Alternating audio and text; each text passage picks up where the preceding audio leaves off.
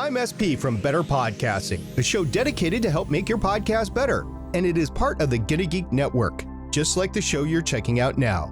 Shows on the network are individually owned, and opinions expressed may not reflect others. Find other insightful and wonderful geeky shows at GonnaGeekNetwork.com. This is the official GonnaGeek.com show. Here we run down the latest news and happenings in the world of geek. These are your hosts for the show, Steven, Chris, and SP. Welcome to episode 430 of the official GonnaGeek Show. I am Steven, and I am pleased to say Chris Farrell is here. Howdy. I'm also pleased to say Rocket Master Stargate Pioneer is here. Hey guys, please call me SP, and I am just so honored to be podcasting with the most prolific host of GonnaGeek Show history on this show. Yourself, right? No, not myself at all. It's Chris. He's done more GonnaGeek episodes than probably the two of us combined, Steven. I think you're probably right. In fact, I believe that this is actually episode 860 because he's done 430 all on his own. That would be a lot. He's done more solo podcasts than both of us combined. That's very true. That's very, very true. Hey, guess what? You might remember a time that you and I were pixel buddies, Chris Farrell. I do. I miss those days. We used to they be make pixel me sad buddies. that they're gone. I know, but yeah, you know, we both have pixel buds, so there's that. We can always have that. I don't have mine near me. I've lost one of them again. But I have multiple sets. So do I. This is my black set. Yesterday I was working actually in my garage, and I had my Pixel Bud 2 Pros. In my opinion, the Pro 2's inferior to the Pro 1's, I think. Aside from noise cancellation and the feature I ended up using, which was I put them down, and I couldn't remember where I put them down in the garage, and then I was able to ring them. So that was handy. Nice. I can actually use my phone as a compass to go find my earbuds. Oh, I didn't think to try that actually. Fancy. Oh. And can you do that on your phone? Does it? I don't know about the buds, but I can do it for some other things. Yes. Okay. I do know that. But we are not pixel buddies. But you know what we are? EV buddy adjacent. That's what we are. We are. Because I don't know if you actually mentioned it on the show, but a little while ago, you got yourself an electric vehicle, didn't you? That is correct. I have not yet talked about it on this program, but that is a true statement. Was I allowed to share that? No, that's fine. I don't care. Okay. I mean, technically, all vehicles are electric. I just have not prepped content for said topic very well. Well, you got yourself a Ford Mach-E, correct? A Mustang Mach-E. Thank you very much. Fair enough. Mustang Mach-E. We've got to offend the people out there that don't like that it's called a Mustang by reminding them that it is a Mustang. Oddly enough, we had one heck of a conversation at staff meeting today about the Mach-E, whether or not it was a sports car, of which I said, have you ever driven one? Yeah. And I got a bunch of, no, you go drive one and you tell me that is not a sports car. Just for clarity, my 2025 Premium with the extended battery and dual motors will do 0 to 60 in 4.1 seconds. Well, last week, the reason we didn't record is because I bailed on recording because I also have an EV now. I ended up going, kids' vehicle. The Ioniq 9, but it is still very fast, and I love it. And I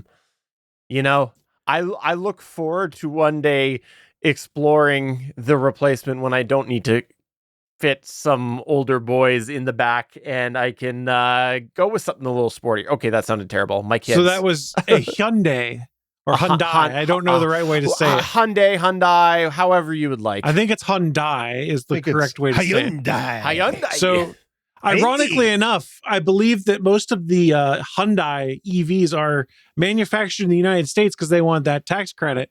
Whereas my Ford Mustang Mach-E, an American vehicle, was partially made in Mexico and assembly finished in the United States. Well, mine is not from the U.S. Mine did not come from the U.S. Mine came from Korea.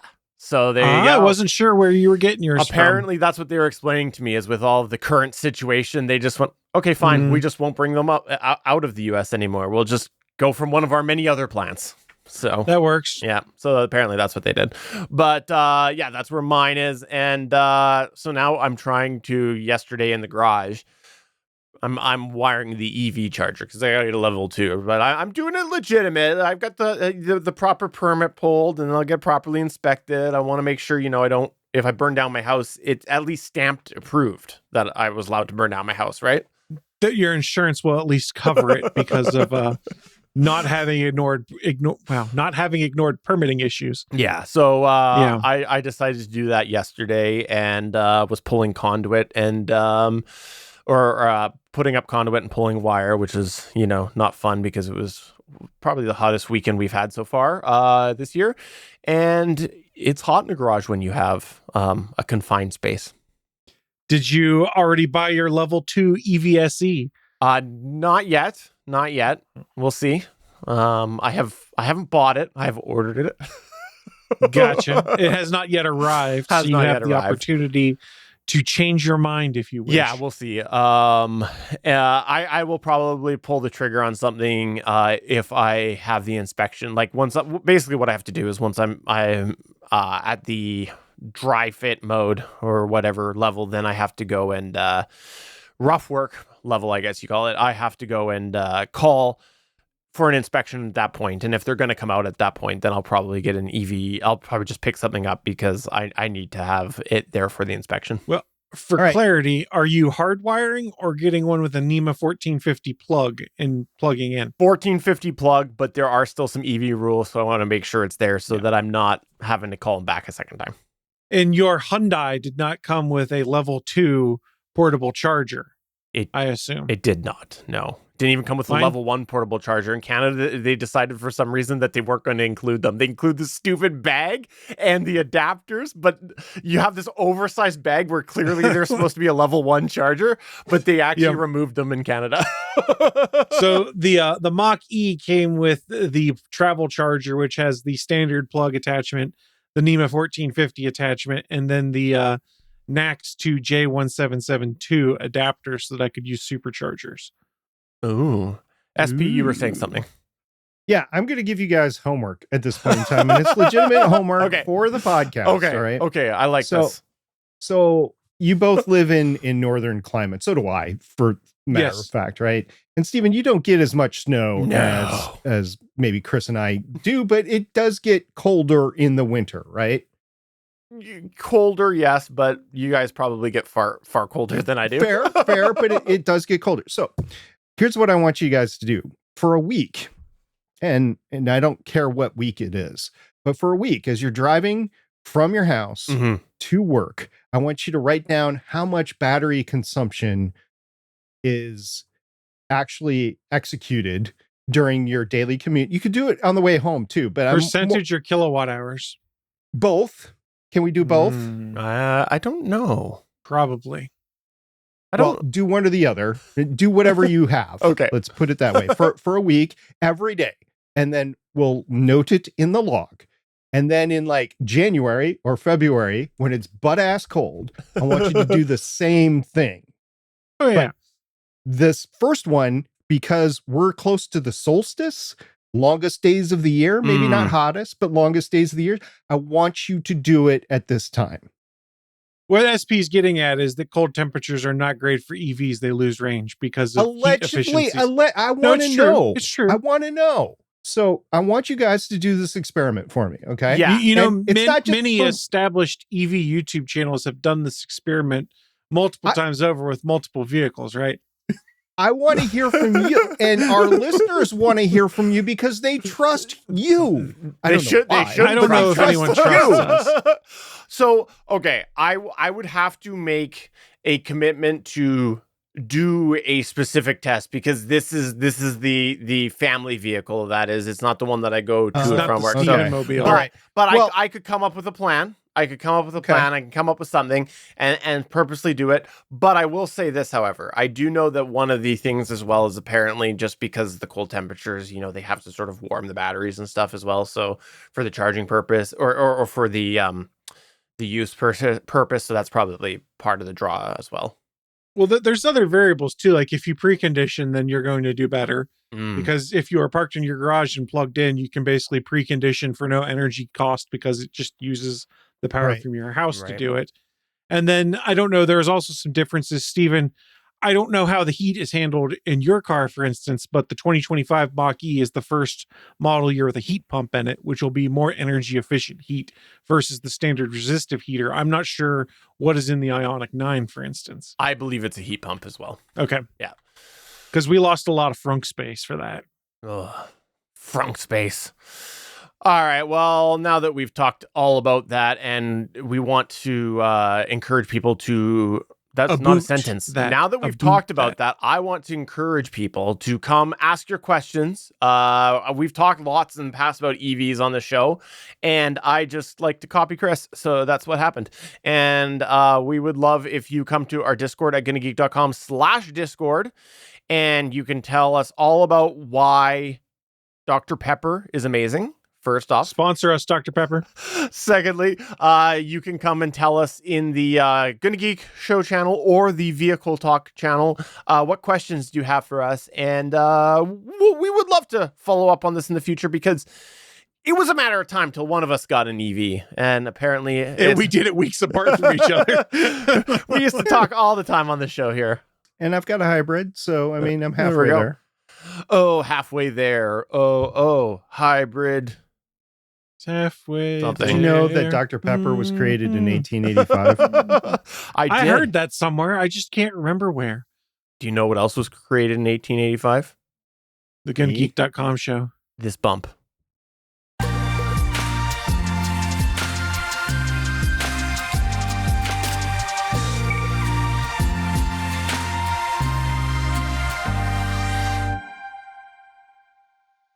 All right.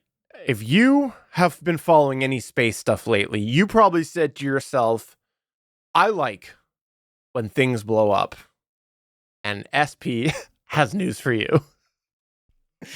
Well, most rocket scientists do like when things blow up, but they also like things that actually work.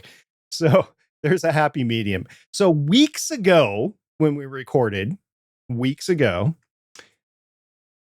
it was great. And we had a rousing discussion on who would make it to the moon first, if it was going to be SpaceX, if it was going to be Blue Origin, if it was going to be a third-party country.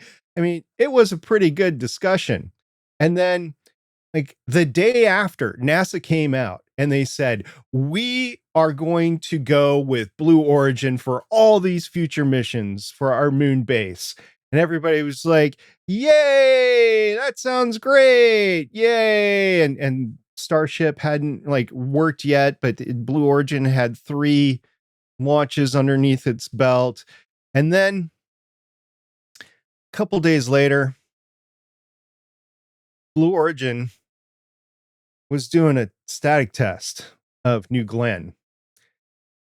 And well, let's just go into what happened. So New Glenn's third first stage rocket booster, titled No, It's Necessary, exploded on its launch pad at 9 p.m. Eastern Time on 28 May 2026 as it was preparing for a pre-flight static fire.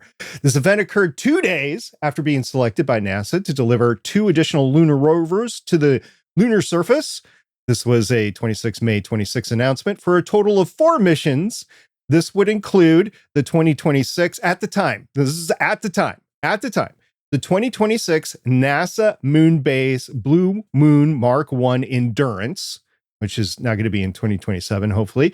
The 2027 Artemis III flight test. The 2027 NASA this was previous to the announcement last week, the 2027 NASA Viper rover mission, the 2028 Rocket Labs Mars telecommunication orbiter, or MTO launch, the 2028 Firefly Aerospace Moonfall drones, the 2028 Astrolab Lunar Terran vehicle, which would have been a Blue Moon Mark 1 delivery, the 2028 Lunar Outpost Lunar Terrain vehicle, which would be another Blue Moon Mark 1 delivery vehicle, and somewhere between 2028 and 2029, the Artemis 5 or 6 Blue Moon Mark 2 lander.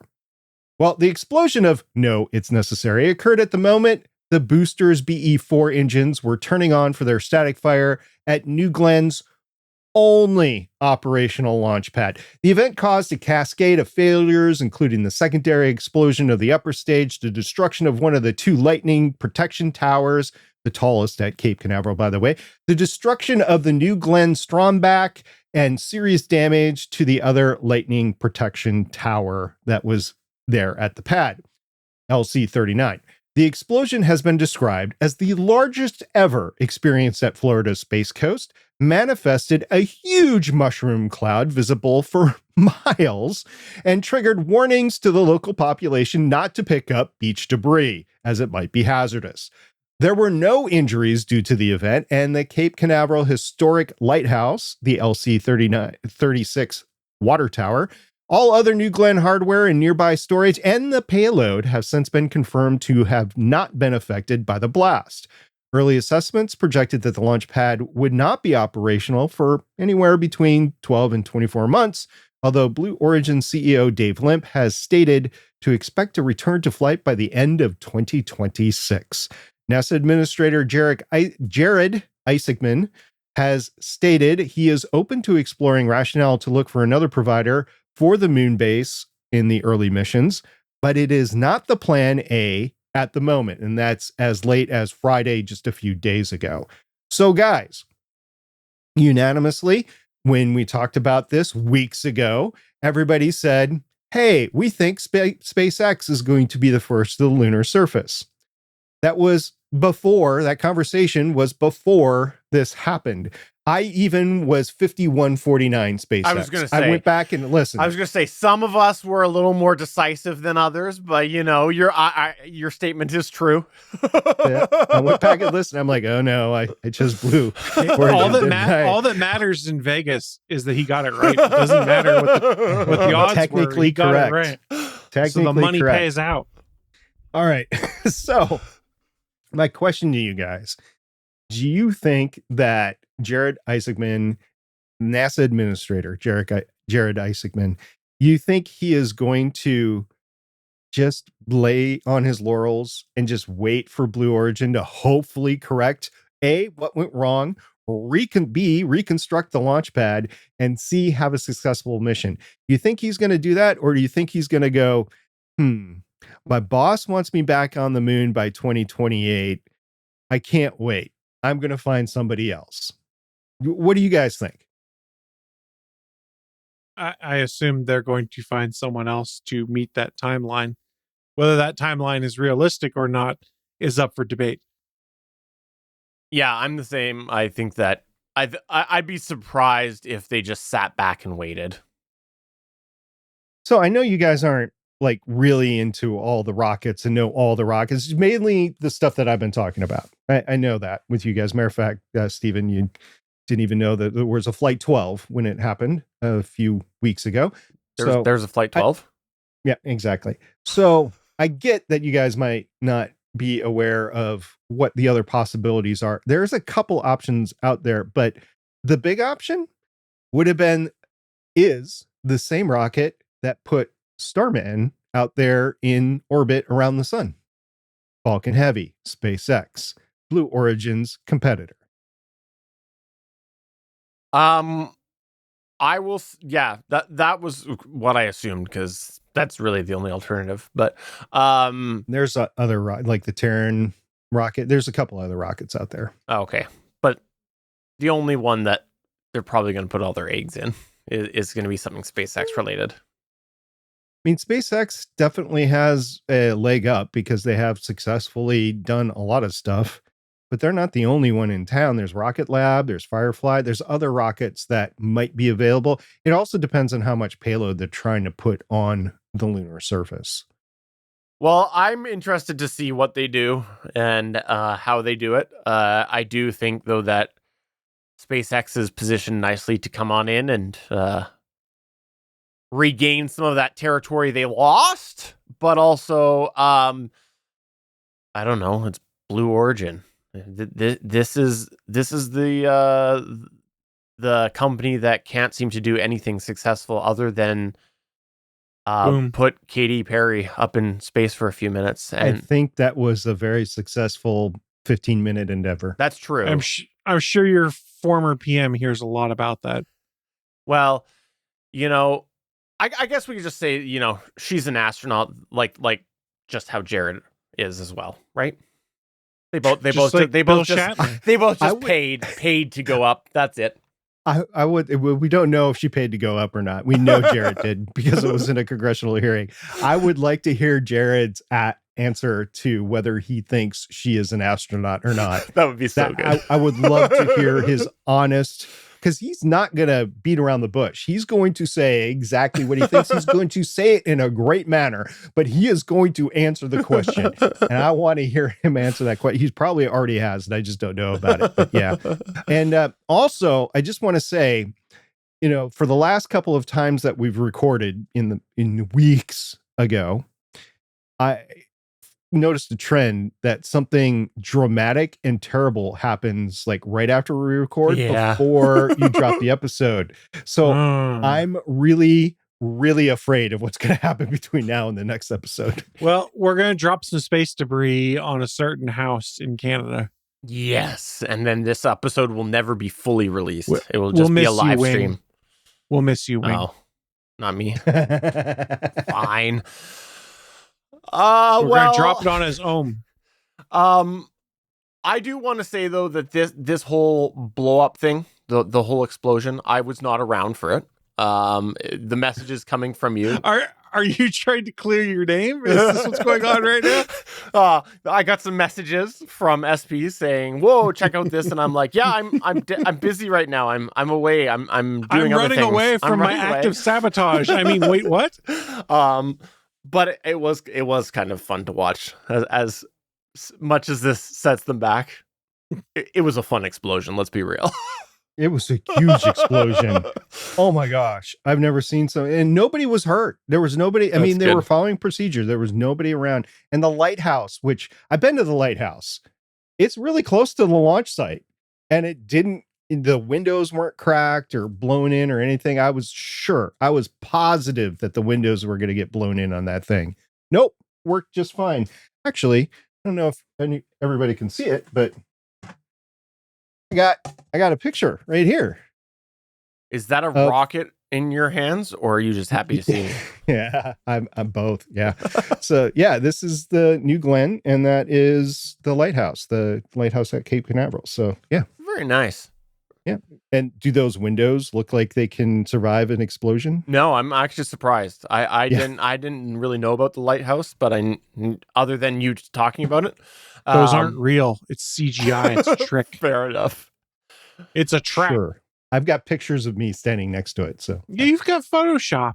Yeah, true. And AI slop. Yeah, I was going to say, I don't know how to use Photoshop, as Steven knows, but. All right. Well, if you're on Roku, you might want to get off because Chris has news for you. I mean, you may not be wrong, but the thing that we've kind of always wondered if it was going to happen has happened.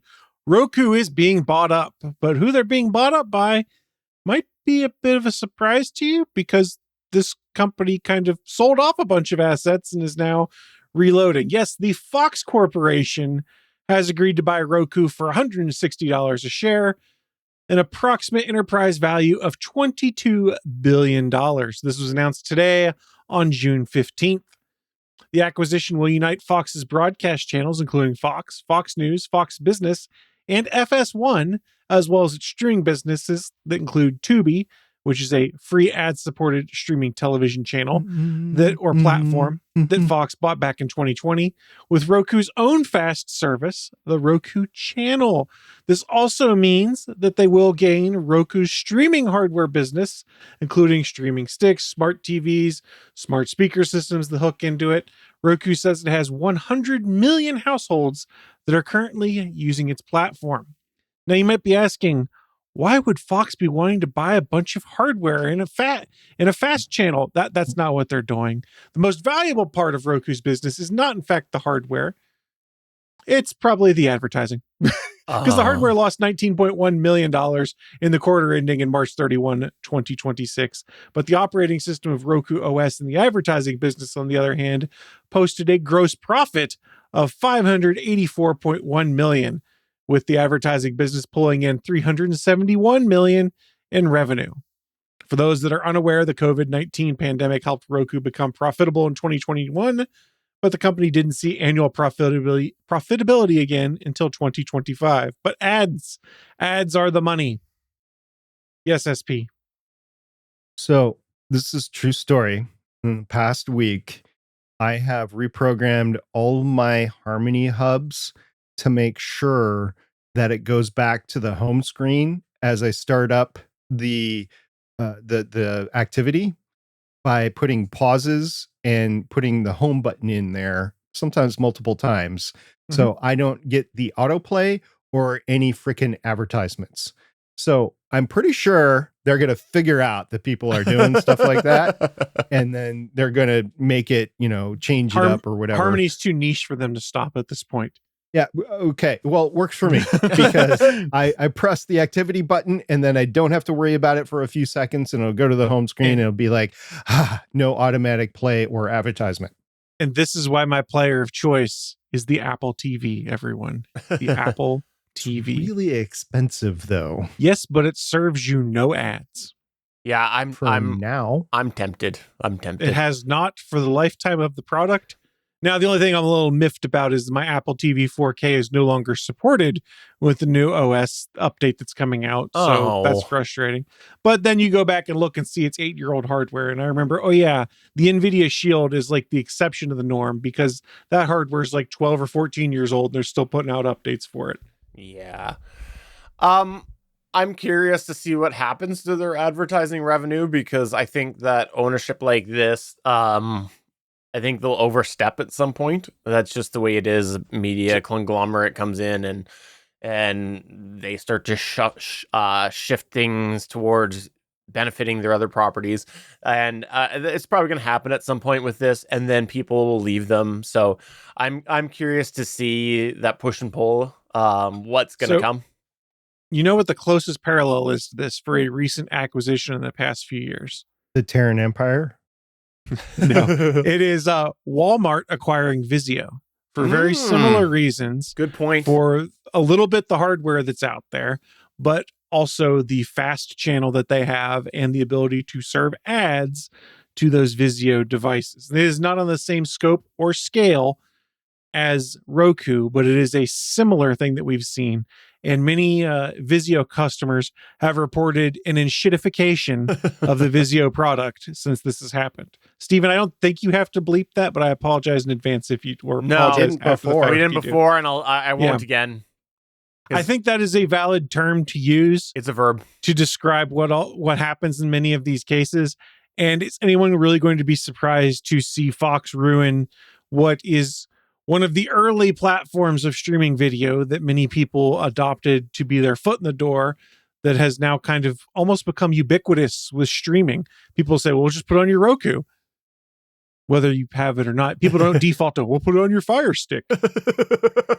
I mean, Roku became the term. So it'll be very interesting to see how pop culture and culture in general shift to accommodate this. Oh, I just thought of something so much worse.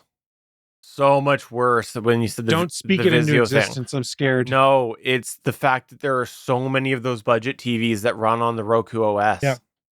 I'm so glad I went with Fire when I bought a budget TV, because at least I know that I'm getting the same sort of spam that I get on my Echo device.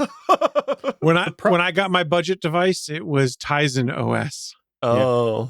The problem with those Roku OS TVs that I found, and this again is niche, is it doesn't work with the Harmony remotes. So I actually changed the TV I have because of that. Yeah. It's because we are continuing to see people shift to HDMI CEC for everything, which is fine if you're using a basic sound bar and TV setup. But if you are trying to use a receiver that manages multiple different devices, HDMI CEC can be a GD nightmare. Agreed. Well, let us know what your experience is if you have a Roku. I have called this Foxku. It sounds Quick, almost trademark it and buy the domain. it sounds almost naughty, but come on over to our Discord at GonnaGeek.com/Discord. Chat with us over there. And while you're over there, if you're saying to yourself, that's just not enough ads for me, well, you're in luck, because you can come to our gaming channel and talk about this next news story, which, if you are a gamer, at some point, there's a good chance that you have played a game from a company called Electronic Arts, EA. And EA, which is a large corporation, announced that they are launching EA Advertising. Yes, EA Advertising, which is a new platform that will end up, of course, dealing with advertising. So you might say to yourself, well, that's an odd jump.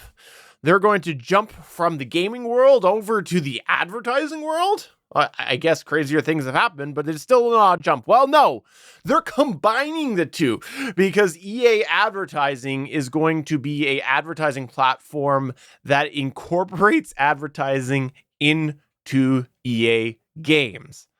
They are going to be selling companies advertising to basically, in different games, have real-time ad placements. And as you see in things like stadiums and whatnot, they are going to do just that, but for games, including like virtual stadiums in games. They want to go in there and basically sell advertising. That is realistic, I guess. Because if you look at those stadiums, whatever the sport is, it's full of ads that rotate on a regular basis.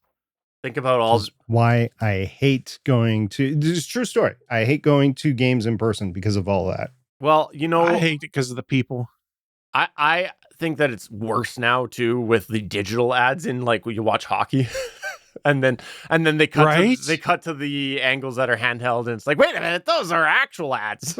So what's fascinating too is if you're watching hockey, and if you watch it on the ESPN app in the United States, and I think it might extend up into Canada, is you can often bounce between the feeds. I could watch, say, the Penguins feed or the Flyers feed of the same game, and because of the way all of the oh my god, I'm losing, the boards are set up, it's different ads based off the different feeds. So when you pull up the Penguins feed, it's ads for Pittsburgh that rotate around on the boards. You pull up the Flyers feeds, it's Philadelphia specific ones, on top of the ones they also put on the ice that change too. It's kind of fascinating how different it is, but at the same time, it's like, man, they're really just maximizing those ad dollars. Well, go ahead. If I was going to watch an NHL game, which let's leave that lie. If I was going to, I would actually pay to remove all those ads.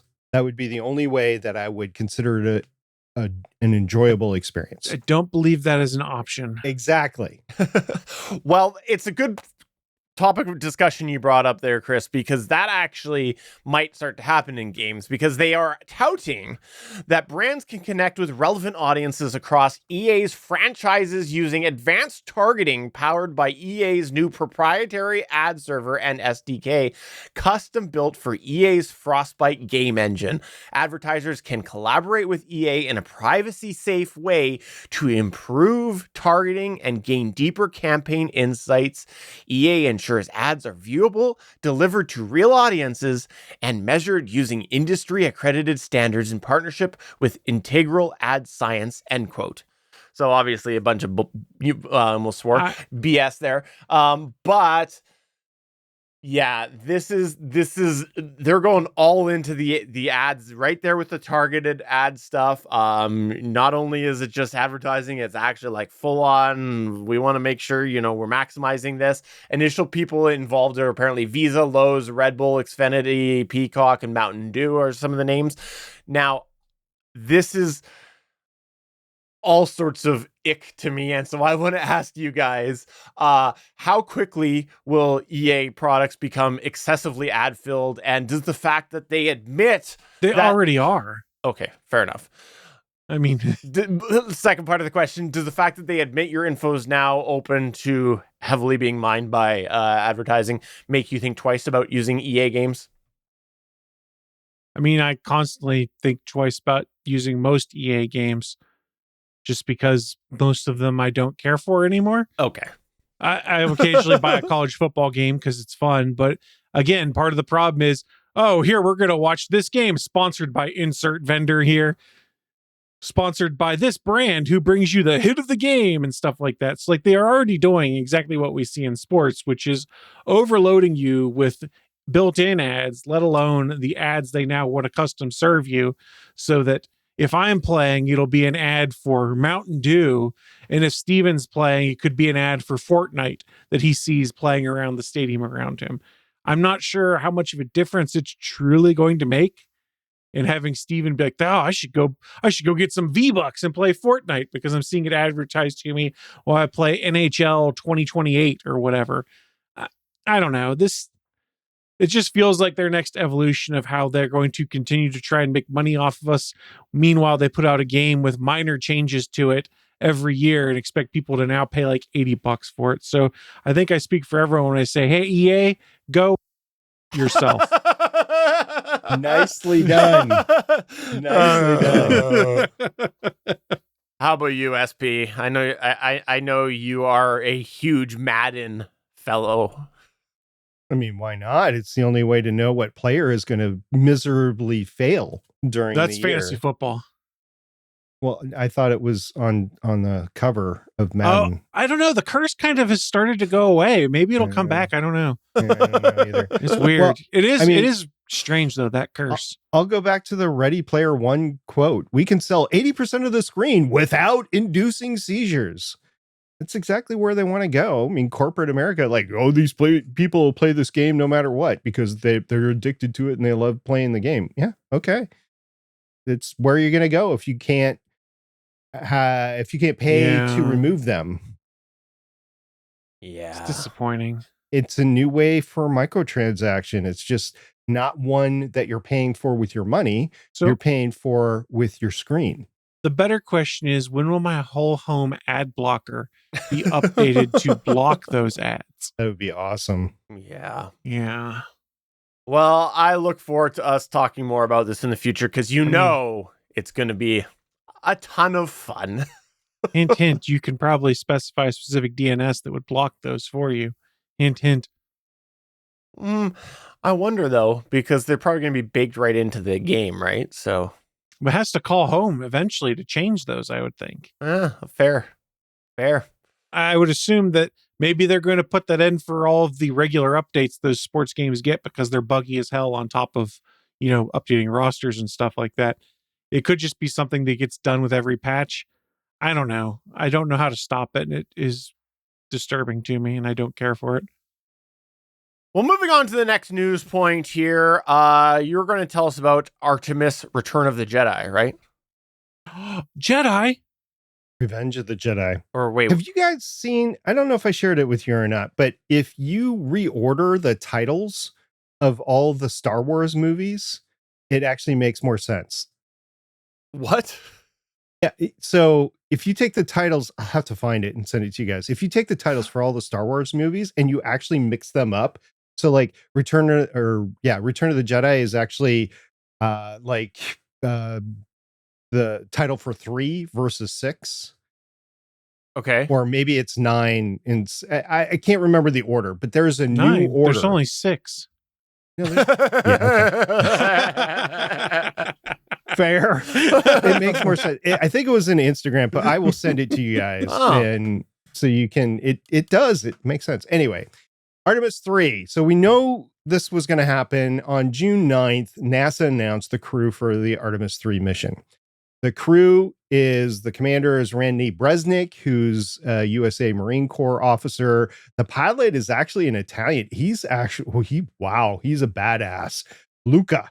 So he is going to be the pilot of this mission, which is going to be very important because I don't know actually if he's just going to be the pilot of the Orion or if he's going to pilot maybe something with one of the two landers.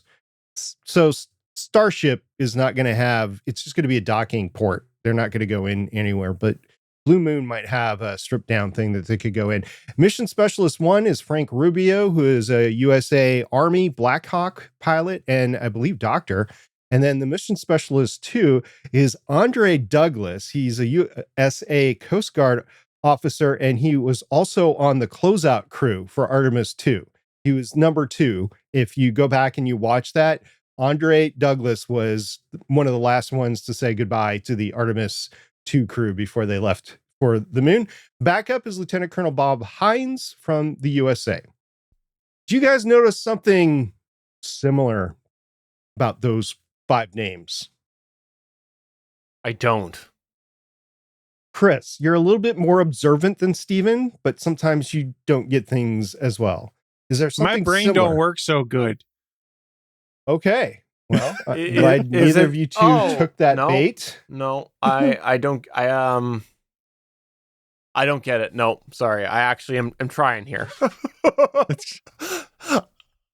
They're all men. Oh, is that what we were supposed to say? Okay, gotcha. Yeah, I noticed that. You were talking about the names. You could have said those people, and I would have. All right. Yeah. So apparently that's turned into a huge controversy. And Jared Isaacman actually wrote on X about the announcement, and it was one of 2 things that he wanted to address. I'm going to read word for word what he said, just so that there's no misunderstandings.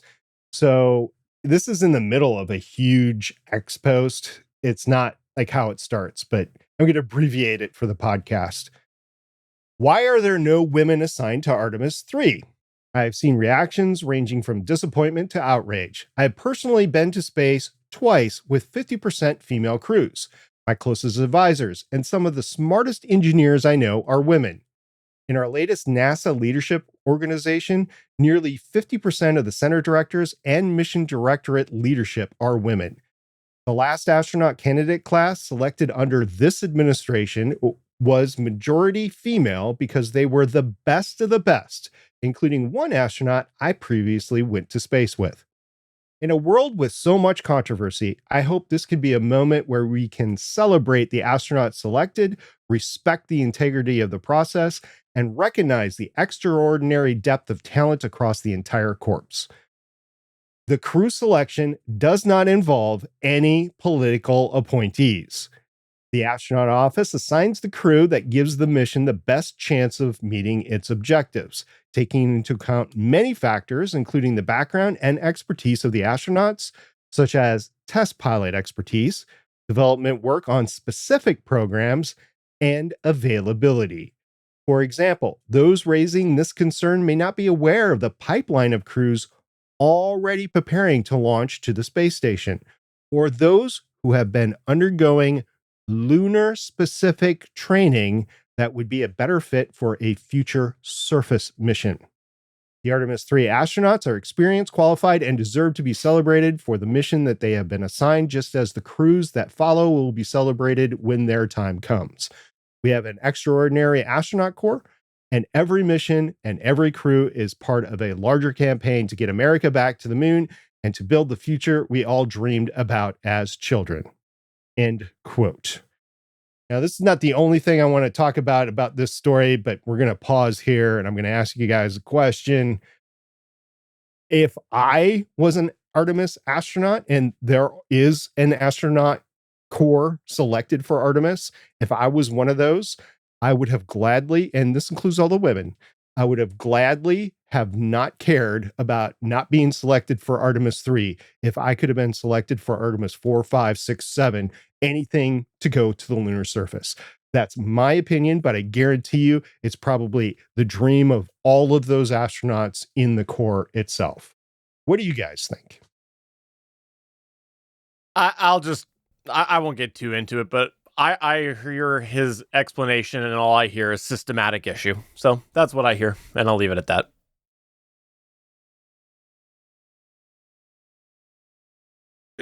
It doesn't matter. DEI doesn't exist. Sorry. So I don't know. I kid. But SP, I kind of think you're right. I think it's people outside of that are making a bigger deal of it than I think it actually is. But there is a perception issue from the outside looking in where you kind of raise your eyebrow and go, well, that's weird, when you actually make the connection. I think if Sunny was available to fly, and she's not because I think she hit the radiation limit, if she was available to fly, she would have been chosen for this mission. And she's just not, because she's not an active astronaut right now. Mm-hmm. But that's why I said systematic issue, because, it's all the reasons why it might be a legitimate, valid thing right now. But what got it to being a legitimate, valid explanation right now is the fact that there aren't alternatives in the place right now to not be all men.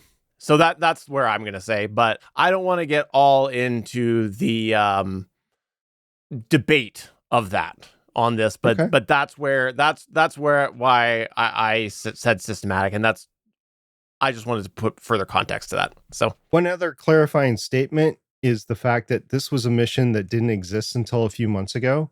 The whole program was re-rickered specifically to do this mission because the landers weren't ready yet. So in an ideal world, I don't think we see this in an Artemis III crew. I think the crew was originally supposed to be a mixed crew, and they just couldn't go with it because they didn't have the available assets for it. That's my 2 cents on it. Okay. No, I think you're probably right to put it that way. I mean, they've been pretty good about trying to mix things up, for lack of a better term. So I think I'm kind of the mind of it is what it is right now. I don't know. Okay. So let's move on from that. The June 9 announcement also included critical lunar program updates, and that included updates from NASA Administrator Jared Isaacman, Jeremy Parsons, who's the acting assistant deputy associate administrator, Moon to Mars program office, John Corleois, who is the Blue Origin senior vice president of lunar permanence, Jessica Jensen, who is a vice president at SpaceX, and somebody that you guys would recognize because you've seen her before in the Artemis 2 updates was Dr. Nikki Fox. She's the NASA associate administrator for the Science Mission Directorate. She's fighting for her life in Congress right now for her budget, but she is awesome as well. So we got updates from the Blue Origin, and they did acknowledge their failure, and they talked about Jeremy talked about the recovery process from that and what's in the future there. Or excuse me, not Jeremy, John did. Jessica talked about the revised SpaceX plan to go to the moon, and I think SpaceX's is more, their revisions was more informed by the actual performance of the system and where they are in the program at this point in time, with the revised date to land on the moon in 2028. So all good things out of that announcement. If you haven't had a chance to watch it, it's on the NASA YouTube channel. It was a live stream event on June 9th. I watched it a couple times. The second time, admittedly, was at a much higher speed, but I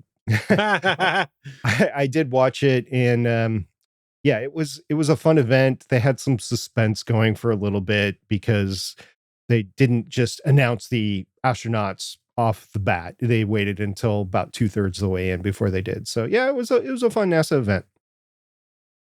You know what annoyed me when I saw people commenting, well, why would they do that? Why wouldn't they just go with the same crew again? It's like, this is not your favorite reality TV show where they bring people back the next year because they were popular. Well, that might just be an indicator of the world we live in right now. So those astronauts, by the way, I've seen more and more and more interviews from them. They didn't know that they were being live streamed the whole time. They had What? no idea. Yeah. They had Oh, wow. no idea how famous they had become because of the mission. They had no idea how captivated the world was towards them, because most of them, 3 of them, had flown in space before. They had gone up to the International Space Station, and people are like, ho hum, right? So that's what they expected. They had no idea that everybody was zoomed in on them. And it took a few weeks after they got back to the Earth to really understand what spectacles they had become and what inspirations. I think inspiration is a better descriptor for that crew. Just incredible, because they're incredible, positive people. They dealt with very adverse conditions. No toilet, for example. They expected there to be a toilet. There wasn't a toilet. They tried to fix the toilet still didn't work.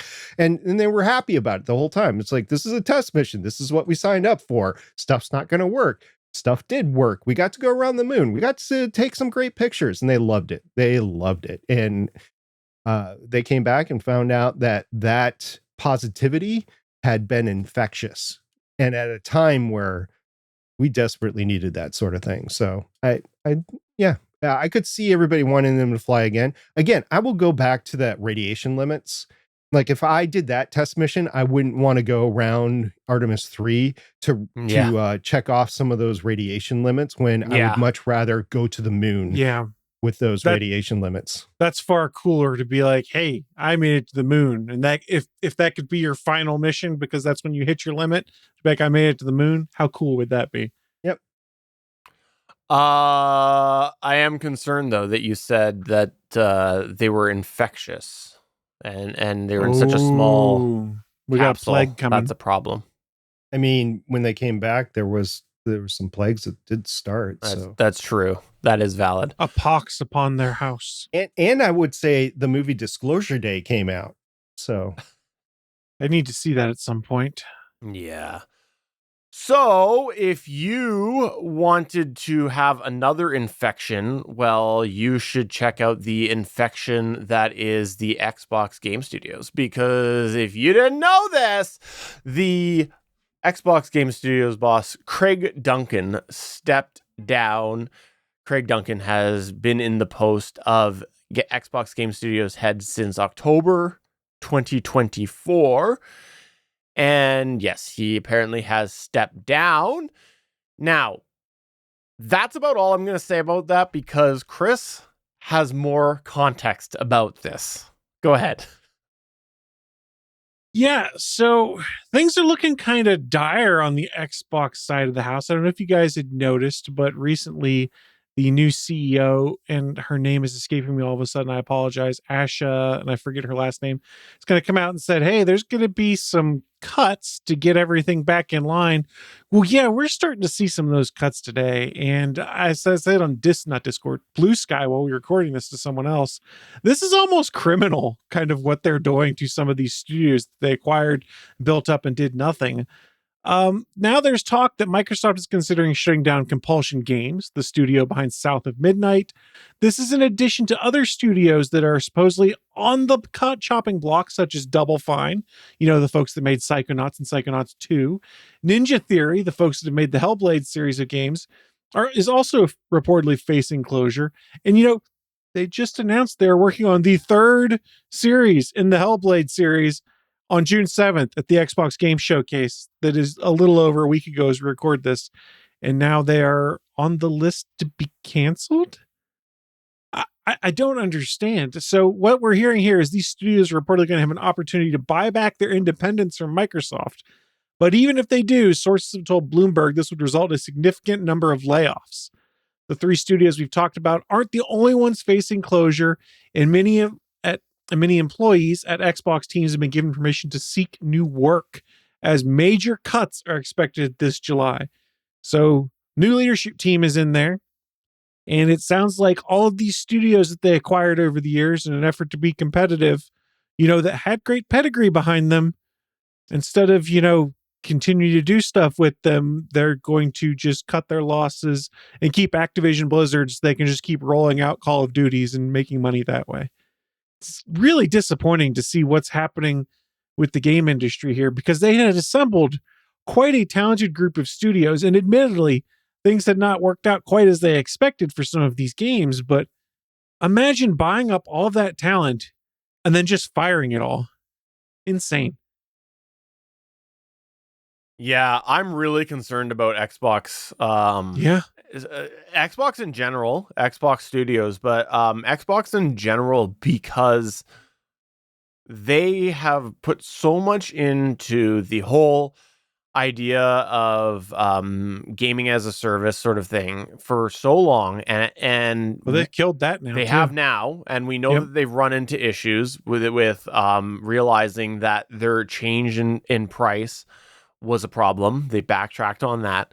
Well, one of the big things with Game Pass that they went into, that's what I was alluding to. They went into Game Pass being so important because it had, it didn't cost terribly more than the Xbox Live subscription, and you got all these extra benefits. And as the prices creeped up, people still went, okay, well, it's worth it because I'm getting all these games. I'm getting all these games at launch. Well, they pulled that.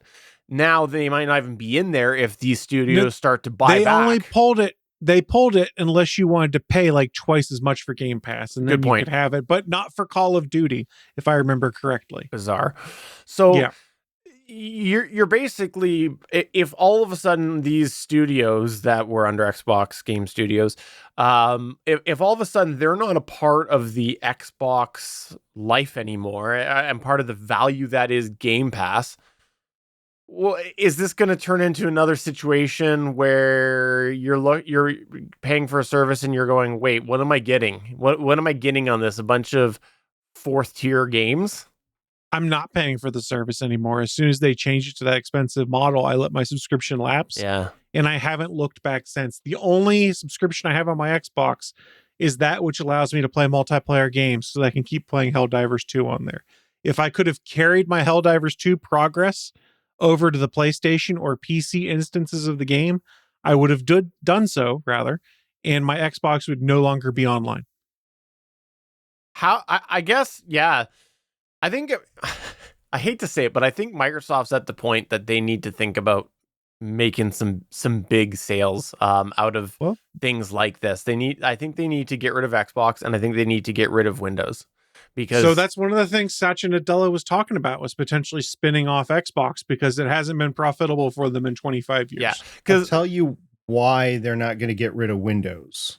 Government contract.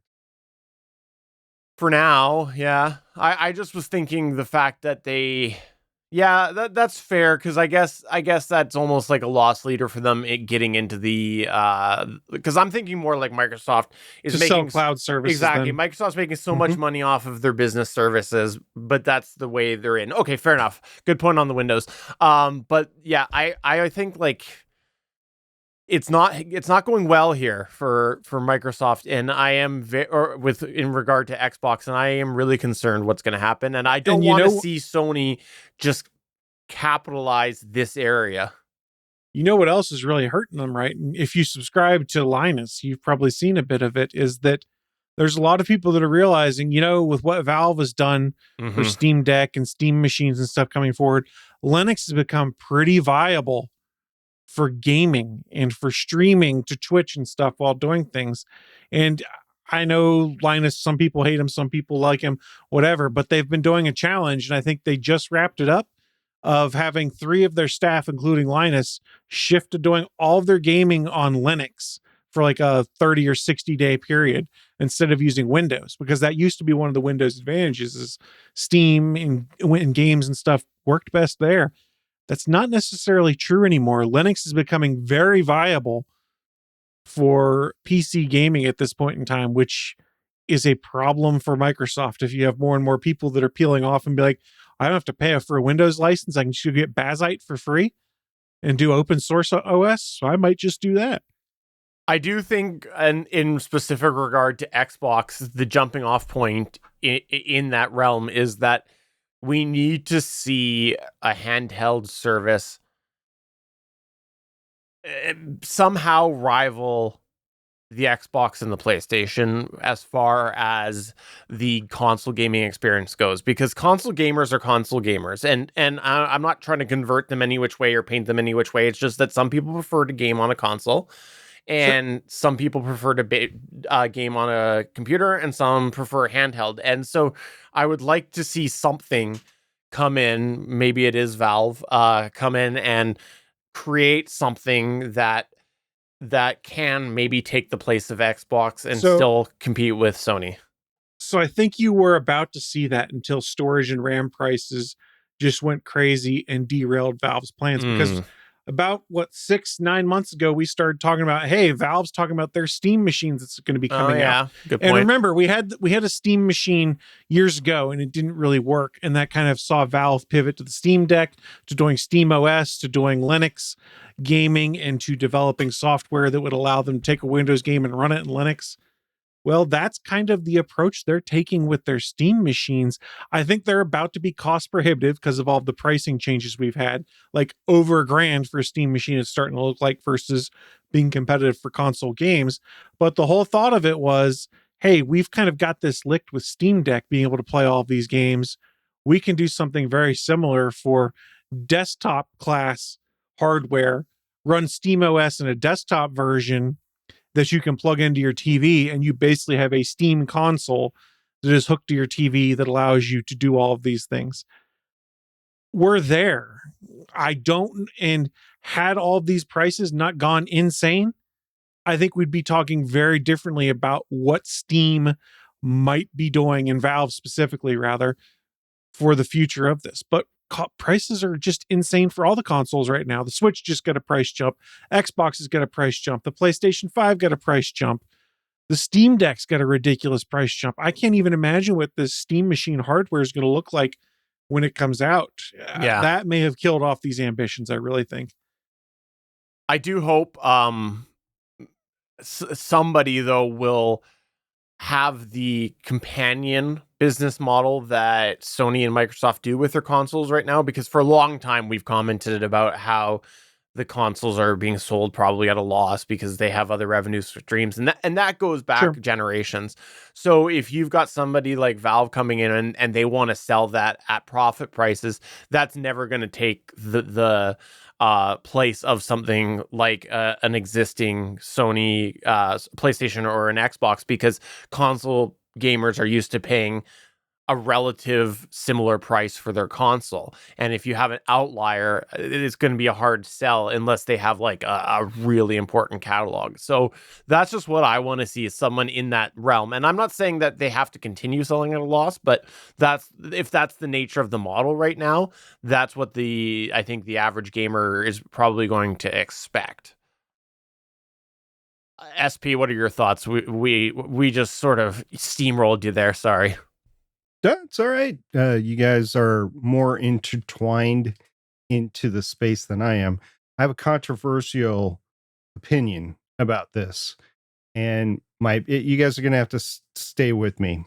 Uh-oh. So my thought on this is that with both PCs and consoles kind of going haywire in terms of the component price, it's going to be much more economical to provide like a VDI sort of interface and then use cloud services to provide the throughput to have these gaming systems and gaming experience. So basically what you're buying is a subscription to that processing. And we've talked about it before on here, the processing power and the memory and all of that. It's going to be on a cloud service. And I understand that there's latency concerns and issues at the moment, but I think we're quickly starting to get to the point where that's less and less of an issue. So I think in just a few years that console gaming, as we have grown up to know it, all the way back to me from the Atari 2600 till now, is going to fundamentally change. And PCs are going to fundamentally change. That there'll be rather dumber services or dumber hardware that are able to pipe into that cloud services for the processing power, and you're going to be renting that basically as a subscription service. So that's my controversial opinion. I think we're just a few years away from that. I think these companies are starting to realize that that business model is going to make sense, and they're going to love it too, because it means they can sell dumber terminals at lower costs, probably higher profit, and then the service is really what they're going to get into. So that's my opinion. Who knows if it'll actually happen or not. I'm not sure if it's controversial if we've been talking about this path happening for years now. Well, so I think the Xbox as we know it is dead. Like, we've seen the last model. We're never going to see another Xbox model. PlayStation is right behind it. The handheld models, I think, will maybe expand a little bit, get more tablet-y or whatever. You might have a controller. Doesn't matter as long as it can link up to whatever screen that it can link up to, which I believe the Switch already does. I don't have one, so I can't speak authoritative to that. So I think that's where we're going, and we're not that far away from it. And when we're talking about data centers in space and computing power in space, because of it's cheaper and you don't have to do the environmental assessments, and you don't have to use resources here on the planet to actually run them. You still have to use the resources to build them and to launch them. But I think that's where the companies are thinking, is they're projecting out just a few years, like 2, 3, 4, 5 years. And they're saying that's where it's going to be. So they've just got to make sure the experience doesn't suck. That's going to be the problem. Totally agree. Completely agree. So maybe it'll be a slower rollout, and then eventually it'll really catch on. But I think we're at the point just with the economics of it. Like, I have not priced out a new PC, but it's probably going to be $5 or $7 grand if I want to recap what I have right here, versus, hey, can I afford a $25 to $50 subscription to get that same effect? So you can sort of dabble with that right now. And for instance, I've talked about on here before, streaming games from Microsoft servers. It was part of one of their Game Pass tiers. It was pretty good most of the time, but when it was bad, it was really bad is the problem. So you have to get to a point where you're ready for prime time and you can support that load that is GTA 6 just dropped and everyone wants to play GTA 6. For instance, there will be spectacular failures, just like the Netflix live streaming failures of the early days. And the real problem we're going to run into right now is the costs for all of that storage, the costs for all of the graphics cards and stuff like that. It's insane for everyone, let alone Microsoft, let alone me wanting to build a computer, things like that. That's what's going to be the real limiting factor until this starts to ease, is that any of this hardware for gaming is insane prices. And if they make that part of the subscription, that's just subsidized down to you, and that just makes a bigger subscription. And if we've seen anything coming out of the pandemic, it's that, oh, those people accepted that everything costs more, so we're just going to keep it high.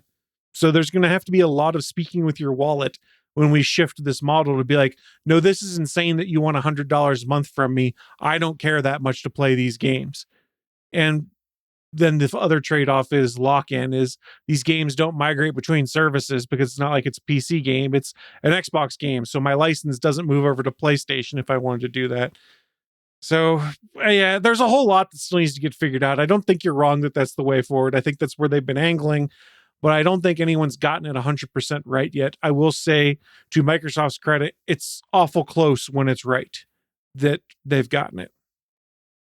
My question in regard to that, though, is how does this studio's problem, I guess, impact that potential service down the road? Because you're less games to put on it. Exactly. I mean, it's less, to be blunt, less games to put on it, which gives it less value. So that's why I'm kind of surprised they're not holding on to it, because I always thought the Xbox studios made a lot of sense from the perspective of if they were trying to keep people within the ecosystem, if it did go to games as a service, you had all of those titles, but now you won't have those if people are going to start to branch off. So that doesn't help them, because then all of a sudden it's like, well, why are people going to choose Xbox as a service over something else. So Microsoft's whole tactic is to cut costs. That's all they're doing right now, is to try and cut costs because things are not going well business-wise. The thought is if we cut enough costs, we can keep things going and we can find the right thing that moves us forward. Previously to this, the right thing to move us forward was, let's get a crap load of these great game studios under our banner and let's make some awesome games. And they've had some really good ones, and they've also had some misses. The real sad thing is there is a load of talented people that are about to lose their jobs because capitalism. Yeah. Well, I look forward to seeing where we all end up in a few years, whether we're gaming on a computer but to Xbox, or Spider-Man is going to be on my Nintendo Switch because I'm using some form of service through the Switch. Steven, he is on my Steam Deck. Oh, he is. That's true. That's true. They sold it on Steam Deck for PC. He's also on your microphone. That's also true. But what about Spider-Gwen? There's no Spider-Gwen game yet. Well, that is why the game industry is failing. Yes, because the internet chuds will really be able to handle a Spider-Gwen game when it comes out. It better. It's coming. Some point. Yeah.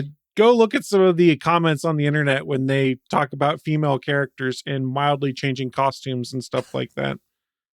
Woo.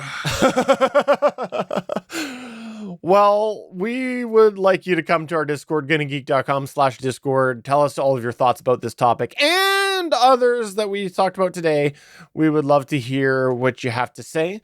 And while you are over there, you can check out some of the other channels on there, other members of the GonnaGeek network also. Please go to GonnaGeek.com, check out all of that. And then if you want to go to the Discord, it's GonnaGeek.com/Discord. I'm going to go put you guys on the spot. What has been your favorite channel you've been wanting to hang out in lately? Start with you, SP. On our Discord? Yeah, on our Discord. Well, I mean, it's obvious. Outer space and science talk. All right. How about you, Chris? Memes. All of the memes. You're pretty good at them. The memes is pretty good. Just really quick, since this also happened right after we recorded, there is a FA mandated investigation of Starship Flight 12, but all of the talk recently in the past week has said that the company expects to be flying again in July. So the FA has spoken. There will be an investigation. As I said before, Starship or SpaceX was already doing an investigation because they had to figure out what was wrong. This is just government oversight of it. FA, by the way, is FAA, but Stephen likes to call it FA. So that's what we're calling it, FA. And the other thing is, oh, by the way, just a couple of days ago on Friday, the 12th of June, 2026, SpaceX went IPO. Oh, sorry. Created millionaires, billionaires, and trillionaire, just one trillionaire out of it. And that happened. I'm not going to talk too much about it other than it is a publicly traded company right now.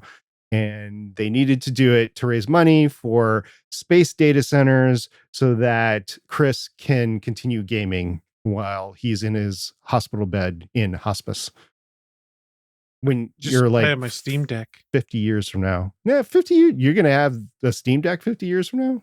I mean, sure. They're sure looking Okay. mighty far ahead if they're talking data centers, because they can't even have decent Starlink speeds and they have all the satellites. It's all going to change when Starship starts regular launching. I'm sure the smoke and mirrors will keep working. Yeah. Well, I With that should say valuation. decent speeds, but let's just be clear. You get decent speeds, it's the latency. Yeah, that's the problem. The So, latency and the jitter. Yeah. yeah. So if you want to do that, I guess hop on a rocket and then start your data center. I think that's all that's involved. Is get on a rocket, go up there, and just put your computer in space, put a really strong Wi-Fi antenna, and you're off to the races.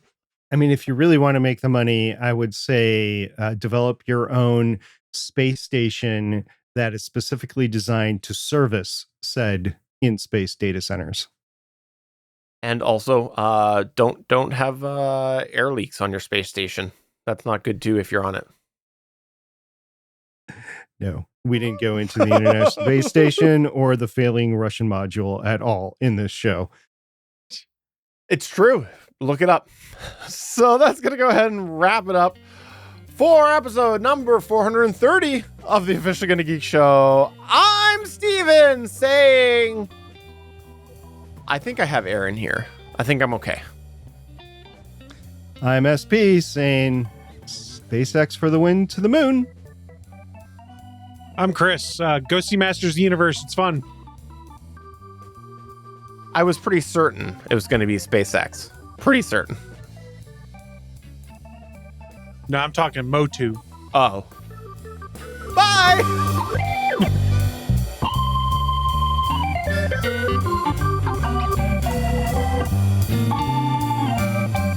Thanks for checking out another episode of the official GonnaGeek.com show. If you like the show, please give us a 5-star review in Apple Podcasts or a thumbs up on YouTube. You can always join us for our live recording sessions at www.geeks.live. And remember, you can find our full back catalog at GonnaGeek.com/show.